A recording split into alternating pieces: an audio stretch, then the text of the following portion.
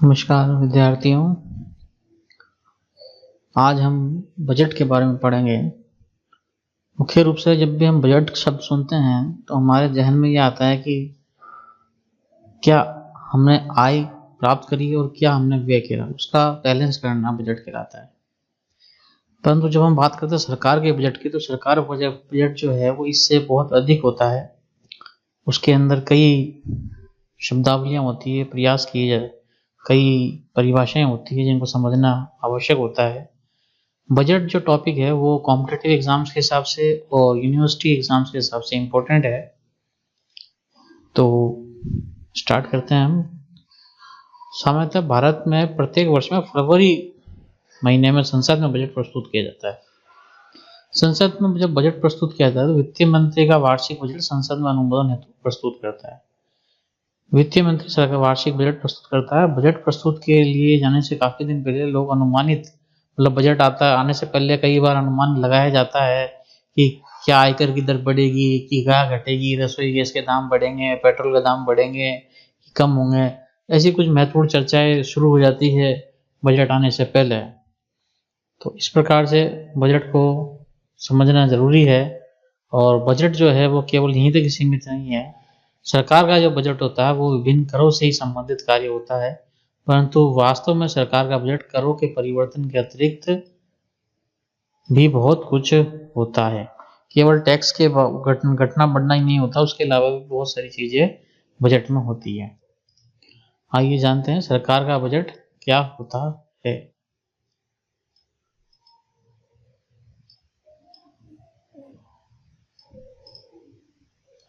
सरकार का बजट सरकार का एक वित्तीय वर्ष में प्रत्याशित आय, जो प्रत्याशित आय होती है, और प्रत्याशित व्यय का मदवार ब्यौरा होता है। मदवार ब्यौरा होगा कि सरकार ने क्या क्या संभावित आय हो सकती है और क्या क्या उसके प्रत्याशित व्यय या संभावित व्यय हो सकते हैं।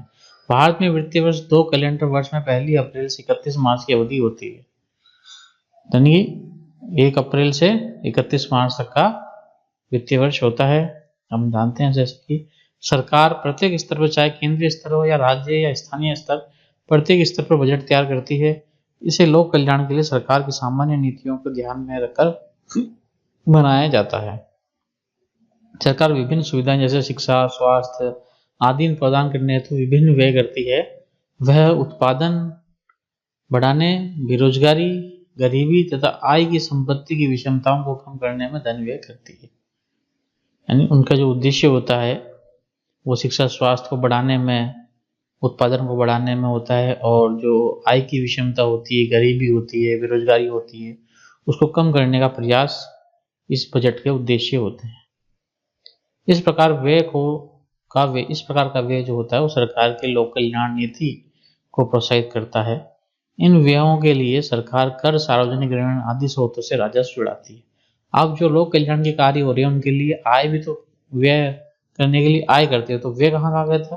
यानी सरकार कहाँ से कर इन जो व्यय हो रहे हैं लोक कल्याण के लिए, जो व्यय हो रहे हैं उनके लिए सरकार कर के माध्यम से, सार्वजनिक ऋण के माध्यम से राजस्व का जुटाने का प्रयास करती है। व्यय की मद है, उनके वित्तीय के लिए संसाधनों की लोक कल्याण के उद्देश्य के अनुसार सरकार द्वारा योजनाएं बनाई जाती है। तो व्यय के विभिन्न शीर्षकों के अंतर्गत सार्वजनिक धन को किस प्रकार व्यय किया जाए, विभिन्न स्रोतों से इसे कैसे जुटाया जाए के संबंध में जनता की ओर से निर्णय लेती है। यह सरकार को जनता के प्रति उत्तरदायी बनाता है। संसद, विधानमंडल और दूसरे विभिन्न निकायों द्वारा जनता अपने अधिकार का प्रयोग ये जानने के लिए करती है कि सरकार जनता के धन को किस प्रकार व्यय कर रही है, उसे उनसे किस प्रकार वसूल कर रही है। देश की जनता के प्रति सरकार के इस उत्तरदायित्व की अभिव्यक्ति सरकार के बजट में होती है। बजट एक वित्तीय वर्ष में अनुमानित लोक व्यय एवं लोक राजस्व पर सरकार द्वारा तैयार किया गया एक समेकित वित्तीय विवरण होता है। सरकार के बजट की 3 प्रमुख विशेषताएं हैं। पहली, एक यह सरकार के अनुमानित व्यय एवं राजस्व के स्रोतों को समेकित वित्तीय विवरण है। 3 विशेषताएं क्या? उसमें मुख्य रूप से सरकार का अनुमानित व्यय और राजस्व के स्रोतों का समेकित कंसोलिडेटेड फाइनेंशियल स्टेटमेंट होता है, समेकित वित्तीय विवरण होता है। दूसरा होता है ये एक वित्तीय वर्ष से संबंधित होता है। जो है फाइनेंशियल ईयर से रिलेटेड है कि इस किसी एक वित्तीय वर्ष को, जैसे कि हमने बात करी 1 अप्रैल से 31 मार्च, जैसे कोई बजट आता है तो वो 2019-20 का लिखा होता है, तो वो 1 अप्रैल 2019 से 31 मार्च 2020 का होगा। और फिर उसके बाद वाला 1 अप्रैल 2020 से 31 मार्च 2021 का होगा। इस प्रकार से एक वित्तीय वर्ष का होता है। तीसरा जो उसकी विशेषता है वो व्यय सरकार के राजस्व के स्रोतों की सरकार द्वारा घोषित नीतिगत उद्देश्यों के अनुसार योजना बनाई जाती है। ठीक है, अब हम बात करते हैं बजट की संरचना के। बजट की संरचना क्या होती है? तो सरकार के बजट के मूल ढांचे क्या होता है, तो विभिन्न घटकों को समझने के लिए हम ये एक 2012-13 का बहुत पुराना है, हम नया ले लेंगे और इसको समझने का प्रयास करते हैं। हम इस डायग्राम के माध्यम से, इस टेबल के माध्यम से समझते हैं। देखिए, पहला होता है राजस्व प्राप्तियां। तो राजस्व प्राप्तियां कहाँ से होती है? कर राजस्व और कर भिन्न राजस्व से। अभी हम टेबल को छोड़ देते हैं और इसको हम फाइनल बाद में वापस एक बार समझेंगे, परंतु एक बार शॉर्ट में एक नज़र में हम इसको निकाल देते हैं क्या होता है। ये राजस्व प्राप्तियां जो होती है वो कर राजस्व और कर भिन्न राजस्व होता है, उन दोनों का जोड़ होता है। कुछ राजस्व कर के माध्यम से मिलते हैं और कुछ राजस्व जो होता है वो कर के अलावा भी होता है, तो उन दोनों को जोड़ के हम राजस्व प्राप्तियां प्राप्त होती है। नेक्स्ट होता है, एक होता है पूंजी प्राप्तियां। पूंजी प्राप्तियों में क्या होता है? ऋण की वसूली होती है और अन्य प्राप्तियां होती है, उधार और अन्य देयताएं होती है जो सरकार के पास आती है। तो इस प्रकार इन तीनों का जोड़ हो जाता है पूंजीगत प्राप्तियां। तो कुल प्राप्तियां क्या होती है? हमारी राजस्व प्राप्ति और पूंजीगत प्राप्तियां जो होती है वो हमारी कुल प्राप्तियां हो जाती है, यानी कि जहां जहां से पैसा आ रहा है। नेक्स्ट होता है व्यय। व्यय क्या? जब हमने बात करें ना, वित्तीय विवरण है, समेकित वित्तीय विवरण होता है आय और व्यय का। तो प्राप्तियों में जब होती है बात, आयोजना भिन्न व्यय है। आयोजना भिन्न व्यय उसके अंतर्गत आता है राजस्व खाते पर ब्याज भुगतान और पूंजी खाता। तो इस प्रकार से इन तीनों तत्वों पर जो व्यय होता है वो इस प्रकार से हो। नेक्स्ट आयोजना व्यय। आयोजना व्यय होता है राजस्व खाते पर और पूंजीगत खाते पर। तो कुल व्यय हमारा क्या होगा? 9 और 13, आयोजना भिन्न व्यय और आयोजना व्यय। तो ये जो हमारा व्यय होता है वो एक तो आयोजना होता है, आयोजना भिन्न व्यय होता है और आयोजन व्यय होता है। तो ये इसको क्या, आयोजन क्या होता है और राजस्व खाता क्या होता है, पूंजीगत खाता क्या होता है, इसे हम पढ़ेंगे। और कुल व्यय, तो इस प्रकार से हमारा कुल व्यय क्या हो गया? आयोजना व्यय और आयोजना भिन्न व्यय हो गया। नेक्स्ट है इसमें राजस्व घाटा, प्रभावी राजस्व घाटा, राजकोषीय घाटा, प्राथमिक घाटा। तो ये सारी डेटा इसमें हमारे को बजट में मिलते हैं। इसको समझने के लिए हमें पहले देखना पड़ेगा, बजट के 2 भाग होते हैं, एक तो प्राप्तियां होती है, एक व्यय होता है। जैसे कि हमने देखा कि ये प्राप्तियां आ गई, कुल प्राप्तियां आ गई इस वाले 8वां पॉइंट वाले में, और कुल व्यय हो गया हमारा।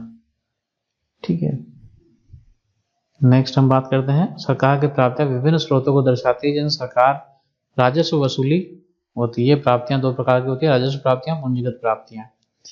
क्या होती है इसको देख समझते हैं हम। राजस्व प्राप्तियां वे सभी स्रोतों से प्राप्ति वर्तमान आय होती है, जैसे कि कर, सरकारी उपक्रमों का लाभ, अनुदान। राजस्व प्राप्तियां सरकार पर ना तो कोई देनदारी उत्पन्न करती है और ना ही सरकार की परिसंपत्तियों में कमी करती है। दूसरी होती है, यानी कि पहले वो क्या हो गई? राजस्व प्राप्तियां हो गई। राजस्व प्राप्ति कर के रूप में जो आय प्राप्त होती है। सरकारी उपक्रम जो होते हैं, जैसे कि हमारे सरकारी उपक्रम आईओसी, भेल, गेल, है ना, और ओएनजीसी, इस प्रकार बीएसएनएल, ये जो सरकारी उपक्रम होते हैं, एलआईसी।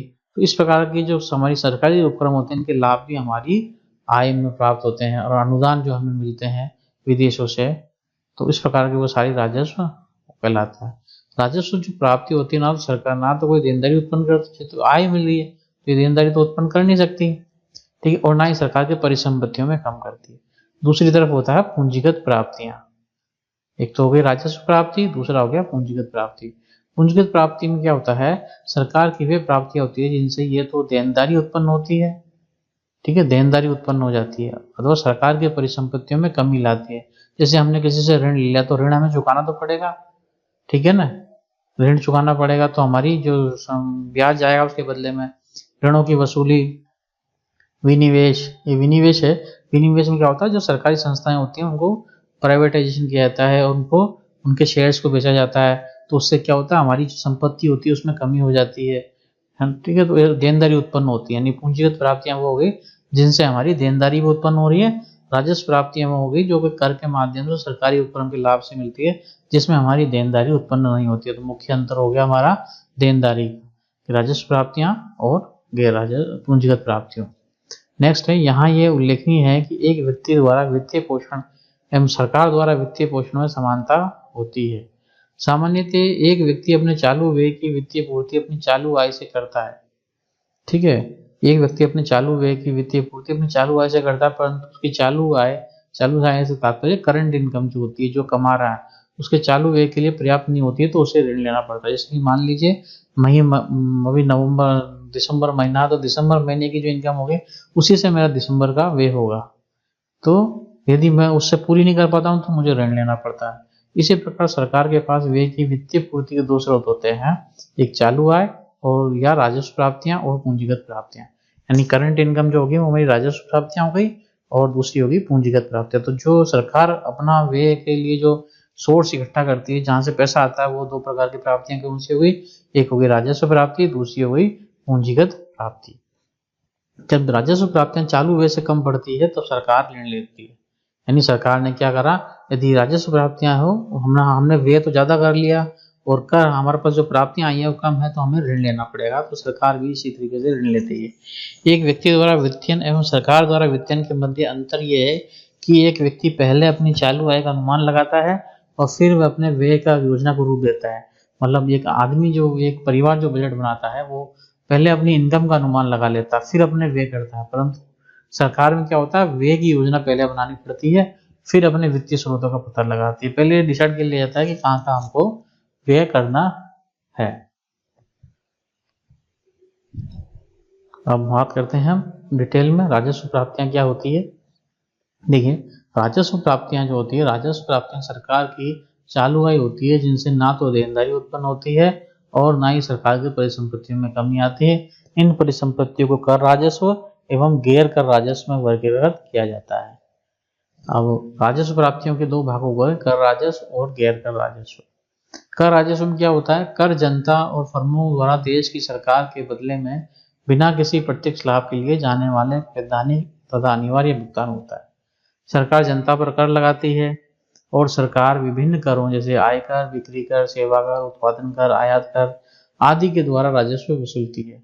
परंपरागत रूपों से करों द्वारा प्राप्त राजस्व सरकार की आय का सर्वप्रमुख स्रोत होता है। यानी कि सरकार जो है टैक्स के माध्यम से इनकम जनरेट करती है अपनी। आयकर उन लोगों पर लगाया जाता है जो आय अर्जित करते हैं, जैसे मजदूरी, वेतन, लगान, ब्याज तथा लाभ। और दूसरा होता है कर के माध्यम से बिक्री कर होता है। बिक्री कर वह कर होता है जो वस्तुओं की बिक्री पर लगाया जाता है। जब हम किसी वस्तु का क्रय करते हैं, हमारे भुगतान का एक भाग बिक्री कर के रूप में सरकार के पास जाता है।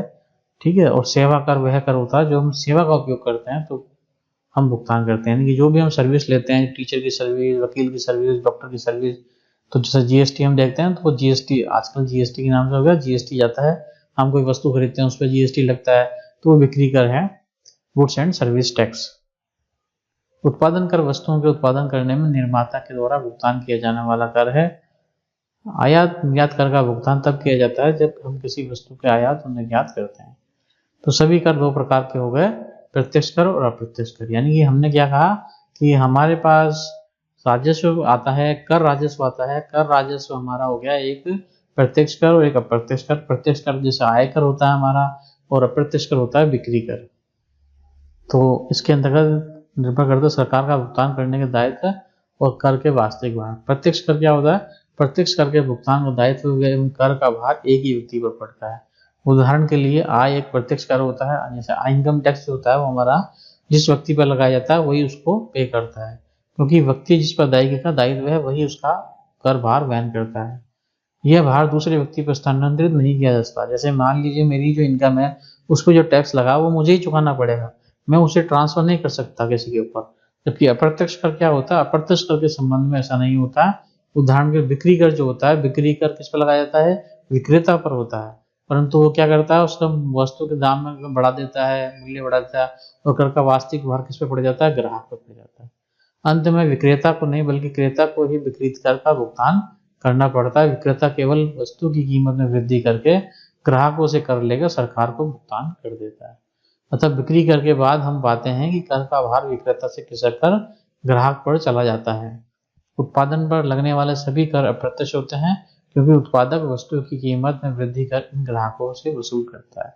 तो कहने का तात्पर्य ये है कि हमारे जो कर राजस्व होते हैं वो प्रत्यक्ष कर से होता है और अप्रत्यक्ष कर से होता है। प्रत्यक्ष कर का करापात और कराघात एक टर्म होती है, वो हम जब राजस्व पढ़ेंगे तब उसमें आएगी। मतलब उसका दायित्व यहाँ प्रत्यक्ष कर से तात्पर्य ये है कि जिस पे कर लगाया जाता है वही चुका रहा है, जबकि बिक्री कर जो अप्रत्यक्ष कर होता है उसमें जो विक्रेता होता है वो कर का विवर्तन कर सकता है और कर को एक व्यक्ति से दूसरे व्यक्ति पे हो सकता है, और वो जैसे कि लगाया विक्रेता पे, परंतु उसका भुगतान ग्राहक को करना पड़ता है। प्रत्यक्ष कर के उदाहरण है आयकर हो गया, निगम कर हो गया, संपत्ति कर हो गया, उपहार कर हो गया। अप्रत्यक्ष कर में मूल्य वृद्धि कर, उत्पादन कर, आयात निर्यात कर, सेवा कर, वर्तमान में जीएसटी के नाम से है। ठीक, तो प्रत्यक्ष कर और अप्रत्यक्ष कर में अंतर क्या है? देखिए, कराघात क्या होता है? प्रत्यक्ष कर और प्रत्यक्ष कर में व्यक्तियों या फर्मों पर लगाया जाता है और अप्रत्यक्ष कर वस्तुओं और सेवाओं पर लगाया जाता है। यानी किस पर टैक्स लगा रहा है, इंपैक्ट ऑफ टैक्स किस पर आ रहा है। ठीक, भार का स्थानांतरण, क्या वो भार का स्थानांतरण कर सकता है? तो प्रत्यक्ष कर में कर का भार का स्थानांतरण नहीं होता, जबकि इसमें कराघात और कर भार भिन्न भिन्न व्यक्तियों पर होता है। तो इस प्रकार से इसकी प्रकृति क्या होती है? कर सामान्यतः प्रगतिशील प्रकृति के होते हैं, ये अनुपातिक होता है, इस क्षेत्र सीमित होता है, समाज के प्रत्येक वर्ग में इसकी पहुंच नहीं होती, करों का क्षेत्र व्यापक होता है। नेक्स्ट है गैर कर।